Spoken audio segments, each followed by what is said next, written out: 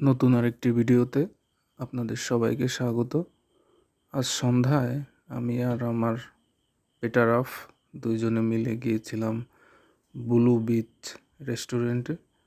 আমাদের অর্ডার খুব একটা ছিল না, কারণ বাসা থেকে খেয়েই বের হয়েছিলাম।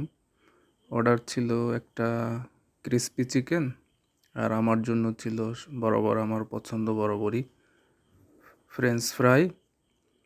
দুটো স্বাদ আসলে খুবই ভালো। নতুন রেস্টুরেন্ট হিসেবে ওদের খাবারের স্বাদ এত ভালো, আর কি বলবো। সে যাই হোক, এই রেস্টুরেন্টের মূল আকর্ষণের পরিবেশ, মানে টোটাল এনভায়রনমেন্ট অনেক বেশি চমৎকার।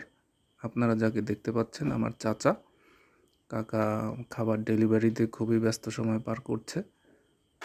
আমি আসলে এর আগেও ব্লু বিচ রেস্টুরেন্টে গিয়েছি, এবার তৃতীয়বার।